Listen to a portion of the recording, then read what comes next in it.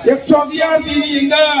જેણે મારી ટિકિટ કાપી છે હું ઉપરવાળાને પ્રાર્થના કરી કરું કે અમારી જે 4 ની ટિકિટ કાપી છે ને 3 મહિનાની એક બી દે એના આત્માને શાંતિ આપે હું ખોટાને પૈકે લાગવા જાય છું હમણાં તો એક જણા એવું કીધું કે દીવો અખંડ રાખ્યો જેને મારી ટિકિટ કાપી હોય એને ભગવાન એનું ધન પરત કાઢે લે દીવો પણ એ કાકા ઘી આરામના પૈસાનું હોય ઘરના પૈસા નથી તમે દીવો રાખવા કરતા તમે બંદૂક લઈને અમે આવો ને તમારી તાકાત હોય તો આ વેપારીનું ગામ હા કેવો કર્યો ટિકિટ કાપી હોય ટિકિટ તો કાપે ને ગામને કંદરો શું કરે ને ટિકિટ દેવાની હોય કે થોડી વાત છે